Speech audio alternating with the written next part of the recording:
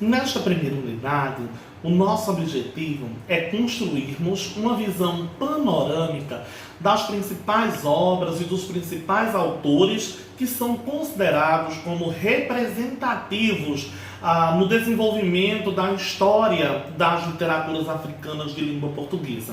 E ainda apontar e conhecer alguns momentos que são considerados como muito significativos na construção dos projetos literários dos países que serão por nós estudados, ou seja, de Angola, de Moçambique, de Guiné-Bissau, São Tomé e Príncipe e Cabo Verde. Contar a história da literatura africana, das literaturas africanas de língua portuguesa, tentar elaborar um panorama histórico dessas literaturas, não é uma tarefa fácil, assim como estudar todo este panorama também, de fato, não é uma tarefa das mais simples. Isso porque a história das literaturas africanas de língua portuguesa, ela pode ser compreendida a partir de dois vieses distintos. Uma história mais geral e uma história mais específica, digamos assim, né?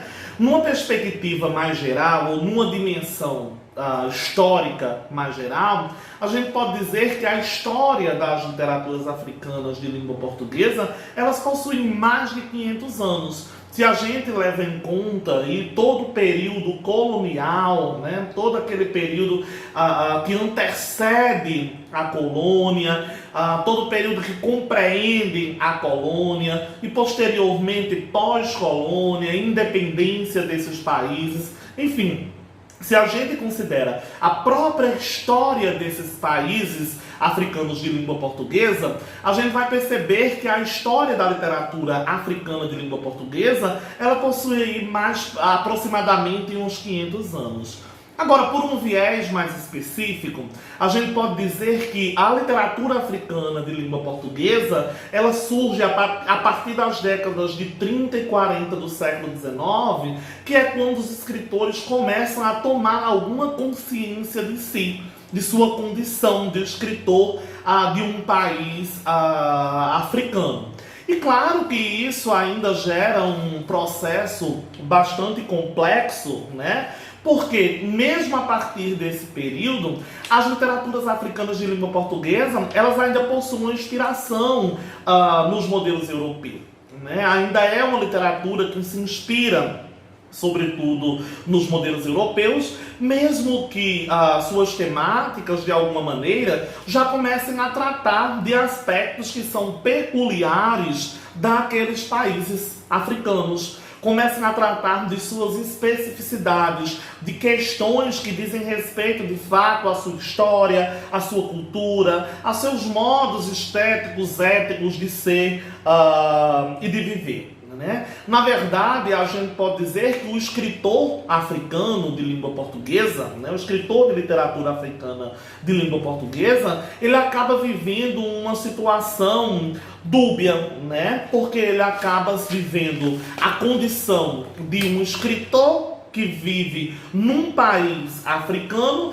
mas que se inspira num modelo de escrita, num formato de escrita europeu. Então o escritor africano é uma espécie de homem de dois mundos, porque naquele momento inicial da literatura, do início do surgimento das literaturas africanas, os escritores, eles são de fato, né, homens que tratam do seu lugar de vida, mas a partir do olhar do outro ainda, né? Eles olham para o seu lugar, mas ainda com as lentes dos óculos da Europa. A gente pode até estabelecer uma metáfora nesse sentido e pensando dessa forma. E nessa dimensão mais específica, alguns historiadores têm começado a tentar construir, né, um panorama, a desenhar um modelo de organização que ilustre de fato a história da literatura ou das literaturas africanas de língua portuguesa.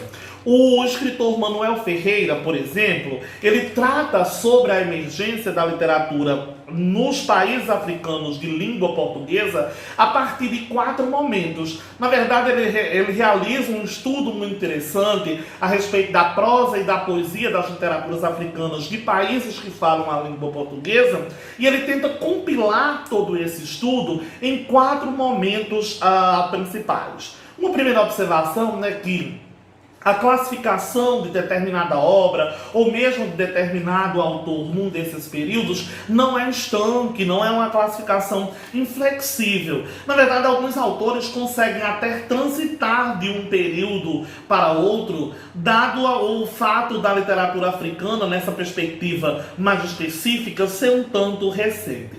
Então ele consegue desenhar a história da literatura, das literaturas africanas de língua portuguesa em pelo menos 4 períodos específicos.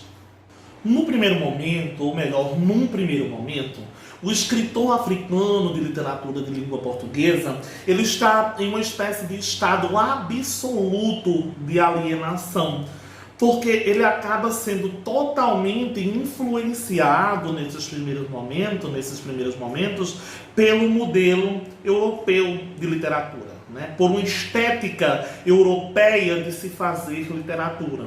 E isso é típico da própria condição colonial que aqueles países viviam naquele momento. Num segundo num segundo momento da história das literaturas africanas de língua portuguesa, acontece o que o Manuel Ferreira chama de percepção de realidade. É nesse segundo momento que alguns autores começam a desenvolver uma espécie de sentimento nacional e aí, a partir disso, ter consciência da dor do ser negro, né? Começa a aparecer a própria condição da negritude e do sofrimento que o próprio negro vivenciou ao longo do seu processo histórico. Esses aspectos eles começam a transparecer, a serem tematizados, às vezes até construírem um fundo de algumas narrativas e também de poesias das literaturas africanas produzidas nesse período. Em sequência, num terceiro momento, ou melhor, o terceiro momento de todo esse percurso histórico é denominado pelo Manuel Ferreira como um período de despertar da consciência de colonizado pelos escritores de literaturas africanas de língua portuguesa. Então vejam bem que neste momento acontece uma espécie de total oposição aquilo que acontecia ou que se fazia no primeiro momento da história das literaturas africanas de língua portuguesa. Se naquele primeiro momento os escritores viviam uma espécie de alienação absoluta, nesse terceiro momento ocorre o inverso, né? Ocorre um processo de desalienação. E aí surge todo um discurso de revolta que transparece, ou melhor, que é constitutivo da própria literatura africana de língua portuguesa. Começa-se a se produzir uma literatura como forma de revolta, como forma de resistência a todo o processo de colonização sofrido pelos negros nesses países africanos. Todo esse processo de sofrimento que passou o negro ao ser colonizado pelo europeu começa a ser tematizado nas literaturas africanas de língua portuguesa, não apenas como forma de registro histórico, mas sobretudo também como uma espécie de movimento de resistência, como uma espécie de movimento de revolta em relação a essa situação de colonizado. E num quarto momento é quando acontece a independência nacional, né? Seria num contexto já pós-colonial, e a produção literária africana nos países de língua que falam a língua portuguesa focalizam sobretudo temas como liberdade, criatividade. Começam-se de fato a surgir outros temas que são de relevância primordial para as literaturas africanas de língua portuguesa, como a própria mestiçagem. A figura do mestiço começa a aparecer muito fortemente nas literaturas africanas de língua portuguesa. Então, esse é um panorama, uma espécie de classificação histórica que é realizado pelo Manuel Ferreira a fim de tentar compilar toda a história das literaturas africanas de língua portuguesa em momentos específicos, né? Mas claro que não existe apenas essa abordagem, existem diversos outros autores que tentam estudar e historicizar a respeito das literaturas africanas de língua portuguesa. Assim, por exemplo, numa perspectiva mais historicista, né, o Patrick Chubal, ele apresenta também, assim como o Manuel Ferreira, 4 fases de desenvolvimento das literaturas africanas de língua portuguesa.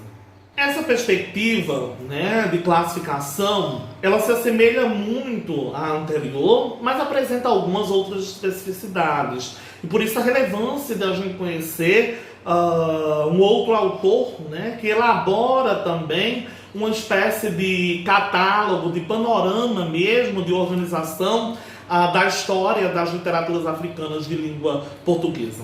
Então, na primeira fase, ou a primeira fase, seria aconteceu uma espécie de assimilação.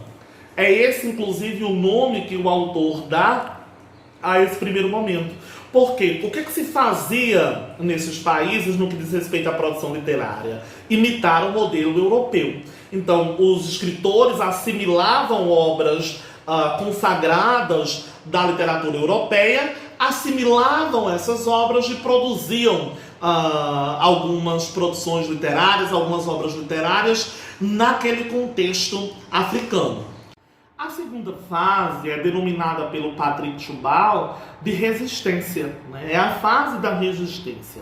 É uma fase em que a literatura africana de língua portuguesa está empenhada com a própria defesa da cultura africana propriamente dita. E nesse contexto há uma espécie de rompimento do modelo, ou com o modelo europeu, porque o escritor africano começa a ter a conscientização, a desenvolver uma conscientização da sua condição de homem africano e da importância que ele tem como homem africano. Numa terceira fase, acontece o que o Patrick Chubal chama de afirmação do escritor africano, né? Na verdade, nesse terceiro momento, nessa terceira fase, os autores de literatura africana de língua portuguesa, eles conseguem se libertar de fato da influência determinante que os modelos de escritas europeus apresentavam para a produção literária africana, naqueles países de língua portuguesa. Historicamente, esse período corresponde ao próprio período de independência desses países, né? É quando esses países conseguem, de fato, alcançar a sua independência e, portanto, na literatura, os autores começam a se afirmar-se enquanto escritores, a assumir a condição de um escritor de um país africano que fala a língua portuguesa. Em sequência, né, por último, a quarta fase seria o que o Patrick Chubal chama de consolidação do trabalho dos escritores de literaturas africanas de língua portuguesa. Na verdade, esse período corresponde à própria atualidade e é quando os escritores começam a alcançar o seu lugar no universo, começam a alcançar o seu lugar ao sol, a gente pode até assim dizer. É quando outros países que não são africanos começam a reconhecer a relevância estética e ética da produção literária de países africanos de língua portuguesa. E aí a gente encontra diversos autores, como por exemplo o Mia Couto, né, que é um dos autores que nós vamos estudar, cuja produção literária já possui influência aí por diversos países de todo o mundo, né, sobretudo no Ocidente. Então, pensando nesse aspecto, levando em conta esse aspecto, nessa disciplina, nós vamos de fato tentar construir todo um panorama dessa história de desenvolvimento, e surgimento, de desenvolvimento, de consolidação das literaturas africanas de língua portuguesa.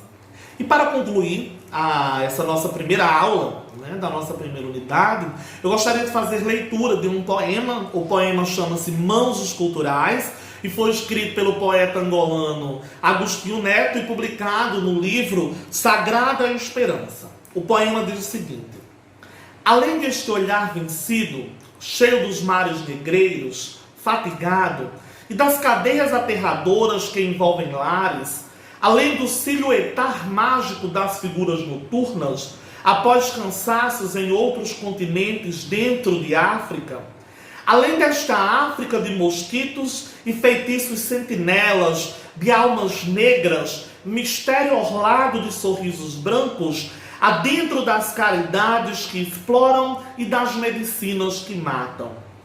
Além África dos atrasos seculares em corações tristes, eu vejo as mãos esculturais de um povo eternizado nos mitos, inventados nas terras áridas da dominação.